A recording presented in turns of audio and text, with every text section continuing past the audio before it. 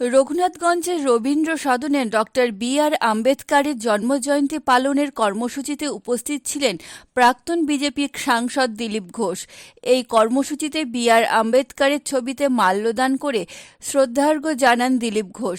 বিজেপির জঙ্গিপুর সাংগঠনিক জেলার সভাপতি সুবল ঘোষ সহ একাধিক বিজেপি নেতারা উপস্থিত ছিলেন। দীঘায় জগন্নাথ মন্দির তৈরি করা প্রসঙ্গে তিনি জানান, ভগবান জগন্নাথ সব জানেন, কার মনে কি আছে, তাই তাকে বোকা বানানো যাবে না। ভগবানকে ঘুষ দিয়ে প্রায়শ্চিত্ত করছে তৃণমূল, তবে ভগবানের মন্দির বানালেও তৃণমূলের পাপ ধুয়ে যাবে না। এছাড়াও তিনি এদিন কাশ্মীর ইস্যুতে জানান, পাকিস্তান দেশটাই হচ্ছে জঙ্গিদের, এর জবাব পাবে তারা। এছাড়াও পাকিস্তানের সেনাকে তিনি জঙ্গি বলে মন্তব্য করেছেন। দেখুন, যে পাক সেনাপতি আছে এখন, সেনাপ্রধান, সে নিজেও একজন টেররিস্ট। তাকে সেই জায়গায় নিয়ে যাওয়া হয়েছে। সে যেন পাকিস্তান দেশটাই হচ্ছে জঙ্গিদের, সেখানে আলাদা কিছু নয়। সেই জন্য সবাই তার যোগ্য জবাব পাবে। যেমন আমেরিকা বিশ্বের যেখানে গেছে তার শত্রুদের খুঁজে মেরেছে, ইসরায়েল মেরেছে, ভারতও মারতে আরম্ভ করেছে, এবং এই জঘন্য অপরাধের সঙ্গে যে যুক্ত কেউ ছাড় পাবে না, সে যেখানে।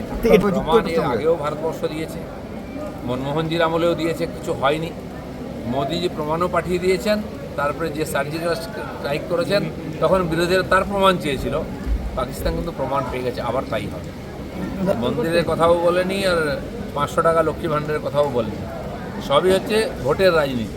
কিন্তু আমার মনে হয় ভগবান জগন্নাথ সব জানেন কার মনে কী আছে, তাকে বোকা বানানো যাবে না। বলুক, আমরা তো চাই যে ধর্মের কথা বলুক। এত অধর্ম করছে, লুটপাট, খুন খারাপি, দুর্নীতি করছে, এটা হচ্ছে তাই ভগবানকে ঘুষ দিয়ে আর প্রায়শ্চিত্ত করার জন্য ভগবানের মন্দির বানিয়ে দিচ্ছে, বোধহয় সব হয়ে গেল।